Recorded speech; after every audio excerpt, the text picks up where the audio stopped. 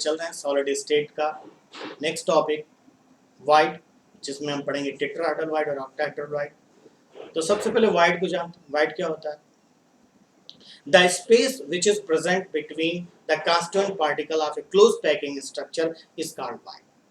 यानी एक closely packed structure में, एक निबिड़ संकुलित संरचना में जो कांस्टिट्यूएंट पार्टिकल्स होते हैं और उनके बीच में जो जगह होती है, जो स्थान होता है, जो स्पेस होता है, वही कहलाता है वाइड कहलाता है। ठीक है, समझ में आ रहा होगा। जैसे आप क्लास में बैठे हो और आप एक क्लोजली पैक्ड स्ट्रक्चर बनाए, सब बच्चे लोग सब ऐसे बैठे हुए, राइट, सट के ऐसे सट के बैठे हो, उसके बीच बीच में जो जगह है ना, वही वाइड है, वही है वाइड। अब वाइड दो तरह का हो सकता है, टेट्राहेड्रल हो सकता है, ऑक्टाहेड्रल हो सकता है। अब इन्हीं के बारे में हमको पढ़ना और मजे से अच्छे से मन लगा के ढंग से पढ़ना है, और मन लगा के पढ़ना है। तो देखो, सबसे पहले बात करते हैं टेट्राहेड्रल वाइड की। तो टेट्राहेड्रल वाइड क्या है? The wide which is surrounded by four sphere, the wide which is surrounded by four sphere is called tetrahedral wide. यानी वो वाइड, ये वो रिक्तिका जो कि चार गोलों से घिरी होती है, उसी को आप बोलते हो चतुष्फल की रिक्तिका। क्लियर? सब कुछ क्लियर होगा। अब देखो ये क्या दिख रहा है, ये तीन आपको स्क्वायर दिख रहा है डार्क सर्किल वाले, ये कहाँ है? प्लेन में है, ये तीनों एकदम एक समतल में है, प्लेन में है। और इनके ऊपर एक फोर्थ स्क्वायर को ला करके रखा है, जो डॉटेड वाला। तो अब इसी के बीच में है, यहीं पर वो वाइड, ये रिक्तिका यहीं पर है, चतुष्फल की रिक्तिका यानी टेट्राहेड्रल वाइड यहीं पर है ये। तो इन तीन स्क्वायर को प्लेन में रखा गया, इनके ऊपर एक फोर्थ स्क्वायर को रखा गया, और इसके बीच में जो जगह है वही आपका tetrahedral void. The void which is surrounded by four sphere is called tetrahedral void. आ रहा होगा समझ में? अब देखो ये आपका टेट्राहेड्रल वाइड है, कैसे बनता है थोड़ा जूम करते हैं हम लोग, हैं? ये थोड़ा फील करोगे तो मजा आएगा, अच्छे से समझ में आएगा और कॉन्सेप्ट विजन सब क्लियर होगा मेरे बच्चों। तो ध्यान से सुनो। अब देखो ये स्केच देख रहे हो ना, मैं क्या ऐसे समझाने का जादू दिखाने वाला हूँ। अभी देखो है क्या कि एक स्फीयर यहाँ पर सेट हुआ है, एक स्फीयर यहाँ, और एक, ये सब उसके सेंटर से आ रहे हैं, ये बड़े बड़े स्फीयर ऐसे लगे हुए हैं तीन। तो ये उसके सेंटर से निकल के आया, उसके सेंटर से निकल के, और ये उसके सेंटर से। अब देखो एक ऐसे ट्राइंगल जैसा ऐसा क्रिएट हो रहा है ना, ऐसे हो गया। अब एक मैं ऊपर ऐसे रखा हूँ, ऐसे ऊपर रख दिया हूँ, ये उसके सेंटर से आ रहा है। तो ये तीन आपके प्लेन में होगा और एक ऐसे ऊपर हो गया होगा, दिख रहा होगा ना, देखो जादू दिख रहा होगा। अब देखो अगर मैं उसको ऐसे ऐसे एक वायर से ऐसे अटैच कर दूं, एक वायर इधर लगा दूं, एक थ्रेड ऐसे लगा दूं, तो जब मैं एक थ्रेड ऐसे लगाऊंगा, एक थ्रेड ऐसे लगाऊंगा, एक थ्रेड ऐसे लगाऊंगा, तो एक प्लेन ये क्रिएट हुआ, टू प्लेन, थ्री प्लेन, है ना। ये देखो ये सही, एक सरफेस, दो ये फेस, ये आपका एक फेस हुआ, दो फेस हुआ, तीन फेस हुआ, और ये चार, फोर्थ फेस हो गया कि नहीं। तो कुल मिला करके ये सबसे नीचे वाला एक फेस, दो फेस, तीन फेस, और ये चार फेस तैयार हुए, और इसीलिए इसको बोलते हैं टेट्राहेड्रल स्ट्रक्चर। समझ में आ रहा है? दिखने में तो ट्रायंगल जैसा है, लेकिन फेसेस कितने हैं? फोर है, इसलिए इसको बोला जाता है टेट्राहेड्रल वाइड। तो ये वाइड नहीं टेट्राहेड्रल है, लेकिन इन जो स्फीयर है उनकी वजह से एक टेट्राहेड्रल स्ट्रक्चर फॉर्म हो रहा है, इसलिए हम इसको टेट्राहेड्रल वाइड बोलते हैं मेरे बच्चों। अब देखो यहाँ पे एक चीज ध्यान से समझना, आप इतना तो समझ गए कि क्या होता है टेट्राहेड्रल वाइड।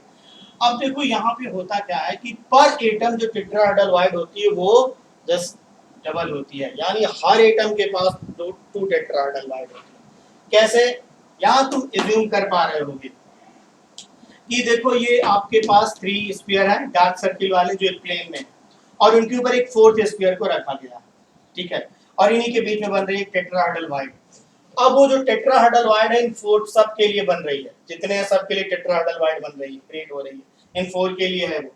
थोड़ा इमेजिन करो, अगर एक स्फीयर को इस साइड लाकर रख दिया जाए, 1 2 3 इसके ऊपर एक ऐसे आ रहा, तो अब जब एक ऐसे इसके ऊपर ऐसे आ जाएगा, तो जैसे इस साइड से आ रहा है ऐसे किसके देखो पीछे भी बनेगा, अब ये वाला पीछे चला जाएगा, ये अगर आगे आ रहा है देखो, अब ये 1 2 3 ये प्लेन में हो गए, और ये ऊपर आ रहा, तो ये आ रहा है, एक वाइड ऊपर क्रिएट हो रही है, तो एक वाइड नीचे इसकी वजह से क्रिएट हो रही है। इसी तरीके से जब ये इस साइड आ रहा, तो ये 1 2 3 ये दोनों डार्क और ये वाला डॉटेड ये प्लेन में हो गए, और ये इसके ऊपर ऐसे आ रहा, तो ये ऊपर आ रहा, तो ये पीछे लगा हुआ है, तो देखो एक वाइड ऊपर क्रिएट हुई, एक नीचे, तो इसमें किसी का तुम देखो, किसी के लिए दो वाइड क्रिएट हो रही है, दो tetrahedral void, two tetrahedral void. कैसे?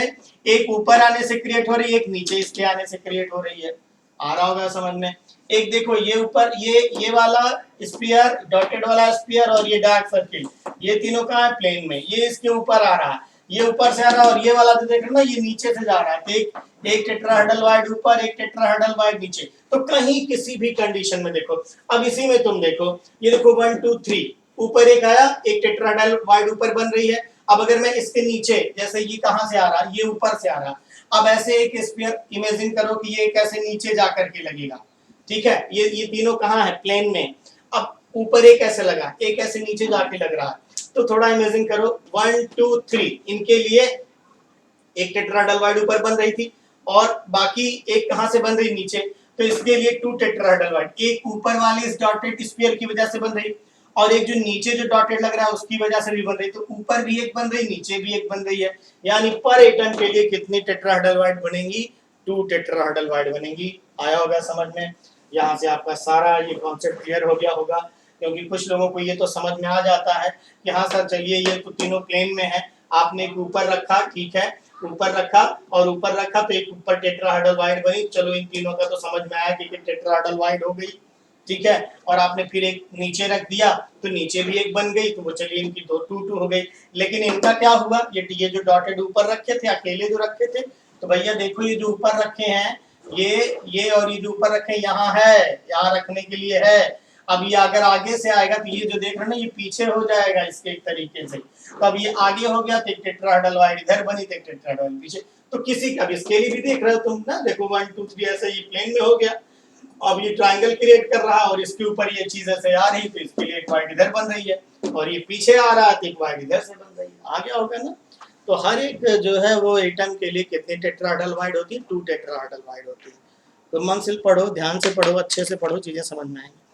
अब देखो हम बात करते हैं कि एक ये जो इस टेट्राहेड्रल वाइड को हम लोग एक इमेजिन करते हैं कि अगर हमको इसको एक यूनिट सेल में दिखाना हो तो हम लोग कैसे दिखाएंगे, क्योंकि मुझे आगे आपको भी समझाना है कि relation between radius of tetrahedral void and radius of sphere, यानी जो हमारा गोल जो कांस्टेंट पार्टिकल है, जो गोले हैं, जो स्फीयर हैं, उनकी त्रिज्या और चतुष्फल की रिक्तिका की त्रिज्या में क्या रिलेशन है ये समझाना है।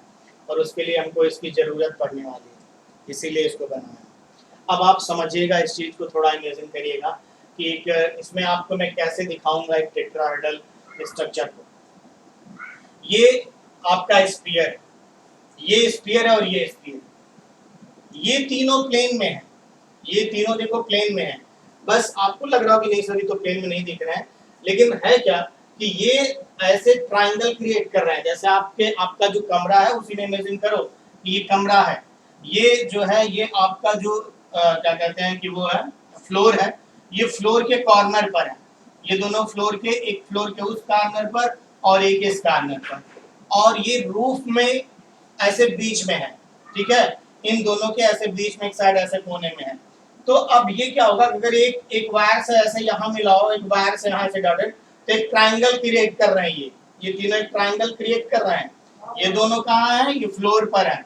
ये कहाँ है? रूफ में है, और वो भी एक आगे वाले कॉर्नर आगे वाले पर है। देखो ये पीछे है और ये आगे है और ये आगे वाले पर है। तो अब यहाँ से क्या होगा, अगर तुम एक डॉटेड ऐसे यहाँ पे मिलाओ, ऐसे डॉटेड मिलाओ और इनको ऐसे मिला, देखो एक ट्रायंगल क्रिएट हो रहा है। तो ये प्लेन में है तीनों, और एक इसके ऊपर आ रहा है ऐसे, ये वाला। तो जब ऐसे ऊपर आएगा तो यहाँ क्या बन जाएगा? यहाँ बन जाएगा टेट्राहेड्रल वाइड क्रिएट हो जाएगी। तो ये तीनों प्लेन में, और इसके ऊपर ये जो फोर्थ स्फीयर आएगा तो उसके आने से यहाँ क्या बनेगी? तो मैंने इसे जिसमें बहुत सारी से लाइनें खींच दी हैं, ये आपका रिक्तिका को बता रहा है, ये वाइड को बता रहा है। कौन सी वाइड? Tetrahedral void. अब ये टेट्राहेड्रल वाइड के लिए देखो मैंने जो आपको समझाया, तो ध्यान से मेरी बात को समझना, इस चीज को देखना। थोड़ा मैं इसमें डॉटेड लाइन खींच दूँ तो तुम मेरी बात और अच्छे से समझोगे। ये डॉटेड से भैया मिला दिया, इसको ये मिला दिया, ये और ये ऐसे मिला, ठीक है। चलो अब अपनी बात को समझाते हैं। अब देखो इसी चीज को इमेजिन करो, ये कैसे स्ट्रक्चर बना रहा है, इस चीज को तुमको समझना है, ठीक है।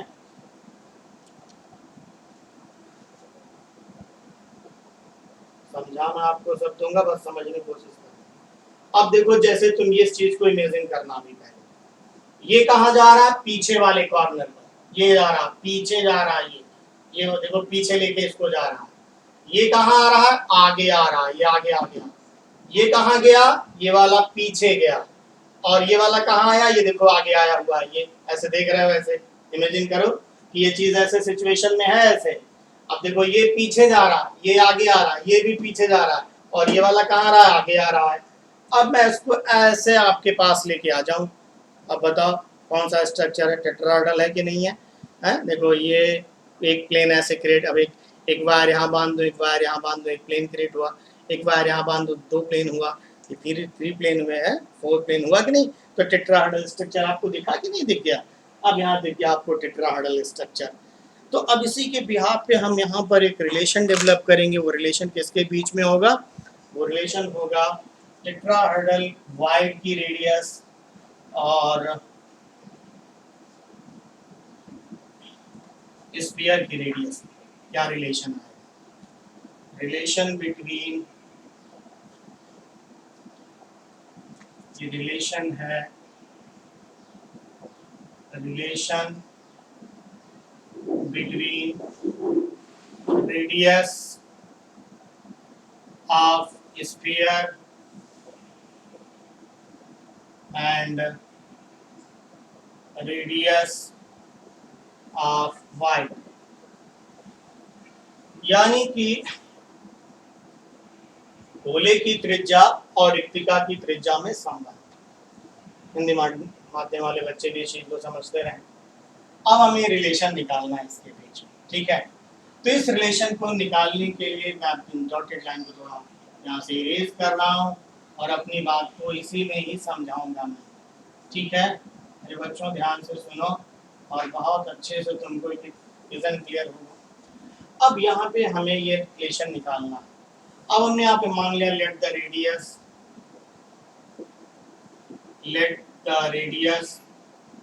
Of wide is small r and radius of sphere is capital, तो कैपिटल आर कंसीडर कर लिया, ठीक? दिख रहा है सबको? अब देखो यहाँ से हमें अगर ये रिलेशन निकालना है तो हमें एक डायगोनल यहाँ से यहाँ तक खींचना पड़ेगा, क्योंकि हमें रिलेशन निकालना है इस स्फीयर के रेडियस और इस वाइड के रेडियस के बीच में। तो मैंने एक डायगोनल ऐसे खींचा। अब यहाँ पर इसका रेडियस, अब एक चीज समझो, ये तो मैंने ऐसे गोले बनाए, लेकिन वास्तविकता में क्या रियली क्या हो रहा है कि ये स्फीयर इसको टच कर रहा है, इस वाइड को। ये वाला भी स्फीयर इसको क्या कर रहा है, टच कर रहा है। यहाँ भी स्फीयर है, लेकिन वो तो मैं आपको दिखाना चाहता था कि कैसे, मतलब कि एक टेट्राहेड्रल स्ट्रक्चर, इसलिए यहाँ पे नहीं ड्रा करने, कंफ्यूज होते तुम। तो यहाँ भी स्फीयर है। अब क्या हो रहा है कि इसका स्फीयर आपने क्या कंसीडर कर रखा है, कैपिटल आर कंसीडर कर रखा है। तो थोड़ा अब मैं समझाने के लिए इस स्फीयर को थोड़ा जिसकी मुझे रिक्वायरमेंट है उनको मैं थोड़ा बड़ा करने वाला हूँ, ठीक है? अब मैं इसको इतना बड़ा करने वाला हूँ कि ये इसको टच कर जाए, और इसको भी थोड़ा बड़ा कर लेता हूँ। चलो इसको भी थोड़ा बड़ा कर लिया मैं। अब ये हो गया हमारा, एक मिनट, सॉरी इसमें दिखा देता हूँ ना तो क्लियर रहेगा विजन। अभी स्मॉल आर, ये हमारा रेडियस हो गया, इसका रेडियस हो गया, ये वाइड का रेडियस हो गया। अब मैं ये बना रहा हूँ, ये मेरा स्फीयर हो गया और ये वाला स्फीयर हो गया, क्लियर? अब इसका रेडियस कैपिटल आर, इसका भी रेडियस कैपिटल आर। तो इस रिलेशन को पता करने के लिए हमने एक डायगोनल खींचा, लेकिन इस डायगोनल की वैल्यू को हम तभी पता कर सकते हैं जब कोई इस तरह का कोई ऐसा ट्रायंगल, मतलब कि वो राइट एंगल ट्रायंगल कुछ ऐसा ड्रा करना। तो इसके लिए हमने इसको ऐसे मिलाया इससे। अब ये एक राइट एंगल ट्रायंगल ड्रा कर रहा है, ये डायगोनल है, और अब एक राइट एंगल ट्रायंगल ड्रा कर रहा है। लेकिन इसको फाइंड करने के लिए हमें क्या चाहिए, ये वाली लेंथ और ये वाली लेंथ, इन दोनों को चाहिए। चलिए सपोज किया कि ये जो एज लेंथ है वो एज लेंथ है, ये जो भी एज लेंथ है वो सब क्या है, ए। इसमें जितनी भी सारी जितनी एज लेंथ है वो सबको ये कंसीडर किया स्मॉल ए। तो अब ये बताओ, अगर तुम्हें ये फाइंड करना है तो इस फाइंड करने के लिए तुम्हें इस एज लेंथ की जरूरत होगी और इसकी जरूरत होगी, राइट। चलो इसका तो तुम जान गए कि ये है, इसका तुम्हें पता नहीं है, तो पहले जरूरत है कि इसी को पता किया जाए। तो यहाँ पर हमने एक right angle triangle A B C draw किया, ए बी सी। अब इससे पहले ए सी फाइंड कर लेंगे, तो जब ए सी फाइंड हो जाएगा तो देखो ए बी सी ये डी है, तो हम ए डी को फाइंड कर लेंगे। क्लियर। तो सबसे पहले हमने लिखा राइट एंगल ट्राइंगल यानी समकोण त्रिभुज ए बी सी से, तो right angle triangle A B C क्या हो जाएगा, A C square equal A B square plus B C square. ठीक है। अब ए बी क्या है, ए है, A square plus A square आ गया 2a square. Now A C equal root 2a square. Clear. तो क्या आ जाएगा, a रूट 2 आ जाएगा, बी ए सी आ गया। चलो हमारा ए सी आ गया। ठीक है। एसी वाला हवा वाला एयर कंडीशन नहीं, एसी है। अभी देखो एसी आ गया है, रूट 2 आ गया। ठीक। अब जरा एक चीज देखो कि ये भी तो स्फीयर था, तो जैसे ये है वैसे ये, तो ये दोनों एक दूसरे को टच कर रहे थे, ये वाला भी स्फीयर। तो इसको मैं बना नहीं रहा, बस तुम इमेजिन कर लो कि ये वाला भी जो स्फीयर रहा यहाँ भी स्फीयर है, क्योंकि देखो ये ध्यान देना, ये तीनों प्लेन में थोड़ी ऊपर रखा था, तो जब ऊपर रखा था तो इसको टच तो कर ही रहा था, तो जब ये इसको टच कर रहा था तो ये दोनों एक दूसरे को टच कर रहे हैं। अब थोड़ा बनाने में दिक्कत आएगी, लेकिन चलो बना देता हूँ समझने के लिए। अब ऐसे इसी में भाई समझ लो आप। तो ये ऐसे सिचुएशन थी ऐसे। अब थोड़ा, अब तो ये क्या हो रहा है कि ये इसको जब टच कर रहा है तो ये कैपिटल आर इसी क्या हो गया, 2r हो गया ना, क्योंकि भाई ये तो तीनों प्लेन में तो चौथा जब इसके ऊपर रखा है तो अगर इसका रेडियस आर है इसका रेडियस आर, तो दोनों मिलकर क्या हो जाएंगे 2r। तो एसी यहाँ पर क्या है 2r है, तो यानी यहाँ पे क्या है, बिकॉज एसी ये है आपका 2r, तो ये हो गया 2r इक्वल ए रूट 2। तो r इक्वल आ गया आपका ए रूट 2 बाई 2। इक्वेशन फर्स्ट बन गया। मेरे बच्चों यहाँ तक आया होगा, मेरे बच्चों आ गया ना समझ में। अब बात करते हैं राइट एंगल ट्राइंगल एसीडी की। राइट एंगल ट्राइंगल एसीडी की बात करते हैं। क्या फाइंड करेंगे, एडी स्क्वायर फाइंड करेंगे। तो एडी स्क्वायर क्या हो जाएगा, AC square plus CD square हो जाएगा, है ना। अभी एसी क्या पाए हो, एसी तुम्हारा आया था वो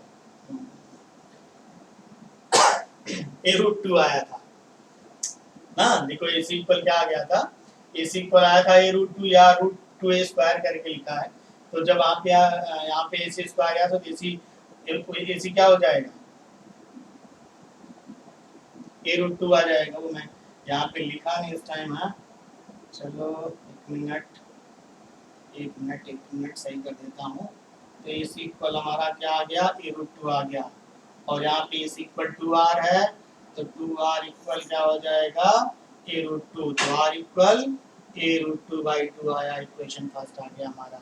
अब यहाँ पे एसी की जगह पे तुम ए रूट 2 रखोगे तो ये हो जाएगा ए रूट 2 का होल स्क्वायर प्लस ए स्क्वायर। ठीक है, तो हो गया 2a स्क्वायर प्लस ए स्क्वायर आ गया 3a square. Now AD equal आ जाएगा रूट 3a स्क्वायर, तो आ जाएगा ए रूट 3। ए रूट 3 आया, यहाँ तक समझ में आया। अब देखो यहाँ जरा एडी को देखो, एडी क्या है r plus R and r plus R, यानी आपका जो एडी है वो 2r प्लस आर है, ये AD r plus R and r plus R. तो आप क्या कहोगे, ये हो गया, मैं सीधे लिख दे रहा हूँ तो जगह कम है मेरे पास, इक्वल ए रूट 3। तो r प्लस आर इक्वल हो जाएगा ए रूट 3 बाई 2, इक्वेशन सेकेंड। यहाँ तक है मेरे बच्चों, आ गया होगा। अब देखो अब क्या करते हैं, 2 को 1 से डिवाइड करते हैं और रिलेशन फाइंड कर लेते हैं। बड़ा ही मतलब रिलेशन है और ये आने वाला है। अब क्या करना है, 2 को 1 से डिवाइड कर दो, r plus R on r equal A root 3 by 2। Upon a√2, तो ये हो जाएगा इंटू, ऐसे करके लिख दिया मैंने। a√2 पर 2 जाएगा, 2 से 2 कैंसिल, ए से ए कैंसिल। यहाँ पर यहाँ देखो r अपॉन r है, तो क्या हो गया 1 प्लस r अपॉन r। लिख सकते हैं ना कि नहीं लिख सकते? लिख सकते हैं। √3/2 आ गया। क्लियर? ये हो गया 1 plus r upon r equal √3 की वैल्यू 1.732 अपॉन 1.414 √2 की वैल्यू। क्लियर यहाँ तक? अब देखो ये 1 plus r upon capital R equal, divide करोगे 1.225 आएगा। मेरे बच्चों थोड़ा जगह कम पड़ रही है, अब मैं यहाँ यहीं लिखता हूँ, थोड़ा नीचे करता हूँ। देखो तो ये हमारा यहाँ पे था 1 प्लस करके आ रहा था, ये टेढ़ा कर दिया भाई थोड़ा। तो r प्लस r इक्वल आ जाएगा, sorry r upon r equal आ जाएगा 1.225 माइनस 1। तो उसको ट्रांसफर करेंगे, उधर पक्षांतर करेंगे, तो ये बचेगा 0.225। और इस तरीके से ये देखो बच्चों रिलेशन आ गया। क्या रिलेशन आ गया यहाँ पर? r upon r equal minus करेंगे 0.225, यानी r इक्वल 0.225 कैपिटल R। ये रिलेशन आ गया, हम लोग को मिल गया है ना? खुश हो गए? मिल गया रिलेशन, तो बहुत अच्छे। ठीक है, नेक्स्ट वीडियो में फिर आते हैं।